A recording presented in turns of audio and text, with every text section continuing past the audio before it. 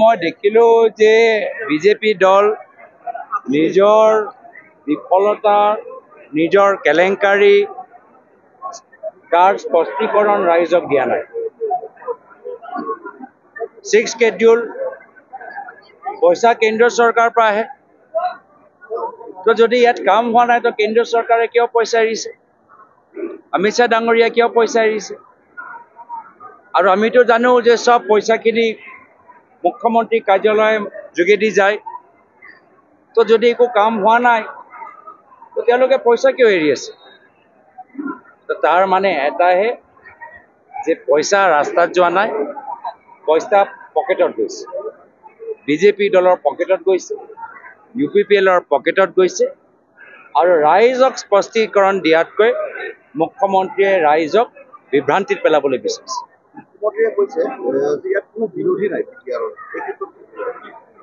ৰাইজে গম পাই গৈছে, ৰাইজে সজাগ হৈছে যে বৰ্তমান মাত্ৰ BTR অঞ্চলত নহয়, সমগ্ৰ অসমত দুখীয়া জনসাধাৰণে GST ওপৰত আৰু 3টা টেক্স দি আছে। প্ৰথম সিন্ডিকেট টেক্স, য'ত য'ত কয়লা আছে, য'ত বালি আছে, য'ত শিল আছে, য'ত পাথৰ আছে। দ্বিতীয় হ'ল ৰাজনৈতিক টেক্স, কাৰ্বি আংলঙত কাৰ্বিসকলৰ নেতা যিবোৰ আছে কাউন্সিলৰ, ডিমাচা কাউন্সিলৰ নেতাসকলক, BTRত BTC কাউন্সিলৰ নেতাসকলক, বিজেপি দলক। আৰু তৃতীয় হৈছে মামি টেক্স। প্ৰত্যেক মাটিয়ে হওক, ব্যৱসায়ে হওক, প্ৰত্যেক ক্ষেত্ৰত মামি টেক্স দিবলগীয়া হৈছে।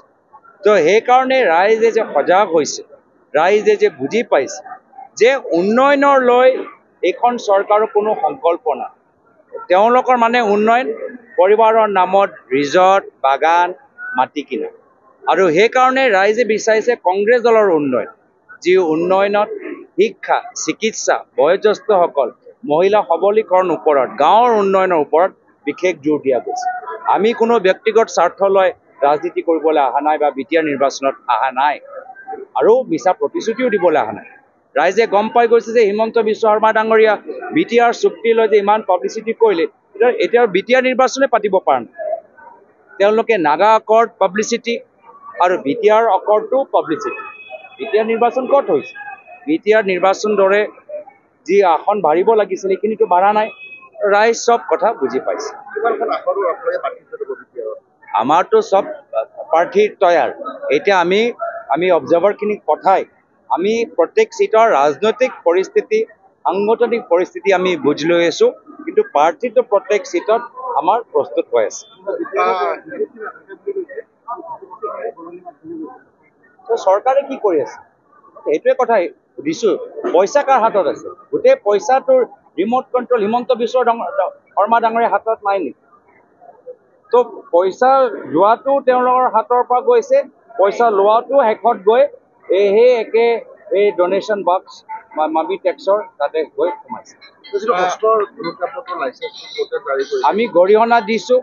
কংগ্ৰেছে ল'ৰা ছোৱালীক স্কলাৰশ্বিপ দিবলৈ বিচাৰে, স্পৰ্টছৰ মেডেল দিবলৈ বিচাৰে, ITI চাৰ্টিফিকেট দিবলৈ বিচাৰে, আৰু তেওঁলোকে ল'ৰা ছোৱালীৰ হাতত বন্দুক দিবলৈ বিচাৰে। অসমৰ ল'ৰা ছোৱালী স্কলাৰশ্বিপ, মেডেল আৰু তেওঁলোকে চাৰ্টিফিকেট বিচাৰে, জব চাৰ্টিফিকেট বিচাৰে, চেলেৰী চাৰ্টিফিকেট বিচাৰে। আৰু মুখ্যমন্ত্ৰী হিমন্ত বিশ্ব শৰ্মা ডাঙৰীয়া ল'ৰা ছোৱালীক বন্দুক দিবলৈ বিচাৰে। এয়া হ'ল পাৰ্থক্য কংগ্ৰেছ আৰু BJP মাজত। আমি BTR অঞ্চলত শান্তিৰ বাবে নিজৰ ক্ষতি হ'লেও আমি স্বীকাৰ কৰিব। শৰ্মা ডাঙৰীয়া নিজৰ চকী ৰক্ষা কৰিবলৈ, নিজৰ ক্ষমতা ৰক্ষা কৰিবলৈ BTR হওক বা অসম হওক অশান্তি সৃষ্টি কৰিবলৈ তেওঁলোকে প্ৰস্তুত। আমি বিচাৰোঁ যে যি দাবী BJPয়ে দিছিল সেই দাবী আখৰে আখৰে তেওঁলোকে পালন কৰক। শৰণীয়া জনগোষ্ঠী, জনজাতি যে দাবী দিছিল সেই দাবীটো আজি তেওঁলোকে ৰাইজক এই তেওঁলোকৰ হিচাপ দিয়াটো উচিত। কি ক'লে?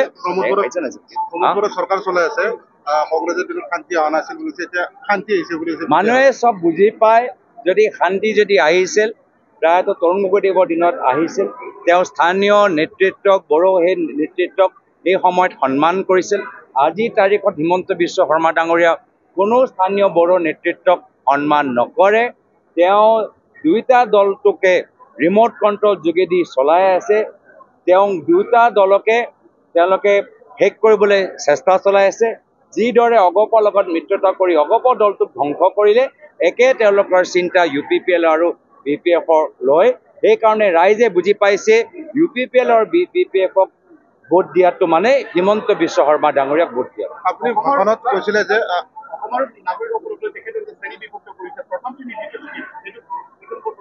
সেয়া হ'ল তেওঁলোকৰ অসমলৈ তেওঁলোকৰ চিন্তাধাৰা আমি যি বৰ অসমৰ চিন্তাধাৰা কৰি আছো এই অসমৰ ভিতৰত সকলো নাগৰিকৰ সন্মান সকলো নাগৰিকৰ স্বাভিমান সকলৰ মাজত শান্তি সম্প্ৰীতি এনাজৰি আমি আশা কৰিছো যিদৰে প্ৰয়াত তৰুণ গগৈদেৱে সকলোকে সন্মান কৰি সকলৰ বাবে চিন্তা কৰিলে বড়ো হওক বঙালী হওক ৰাভা হওক ভাষিক সংখ্যালঘু ধৰ্মীয় সংখ্যালঘু সকলোকে এটা মিনি ইণ্ডিয়া যোগেদি অসমখনক 15 বছৰ এটা বন্ধুত্বভাৱ বান্ধি ৰাখি সকলৰ উন্নয়নৰ বাবে চিন্তা কৰিলে সকলৰ সমান কল্যাণৰ বাবে চিন্তা কৰিলে এই তৰুণ গগৈদেৱৰ মডেলটো আমাৰ হৈছে বৰ অসমৰ মডেল আৰু হিমন্ত বিশ্ব শৰ্মা ডাঙৰীয়াৰ অসমৰ মডেল হৈছে অসমৰ মাজত জুই লগোৱা অসমৰ মাজত সংঘাত সৃষ্টি কৰা অসমৰ ৰাইজৰ মাজত বন্দুক বিতৰণ কৰা সন্ধিয়া ভাগত যে অসমৰ মানুহ ওলাওঁতে ভয় কৰে মাত্ৰ সিন্ডিকেটৰ দপদপনি আৰু মামীয়ে আৰু বেছি মাটি কৰ কৰিব পাৰে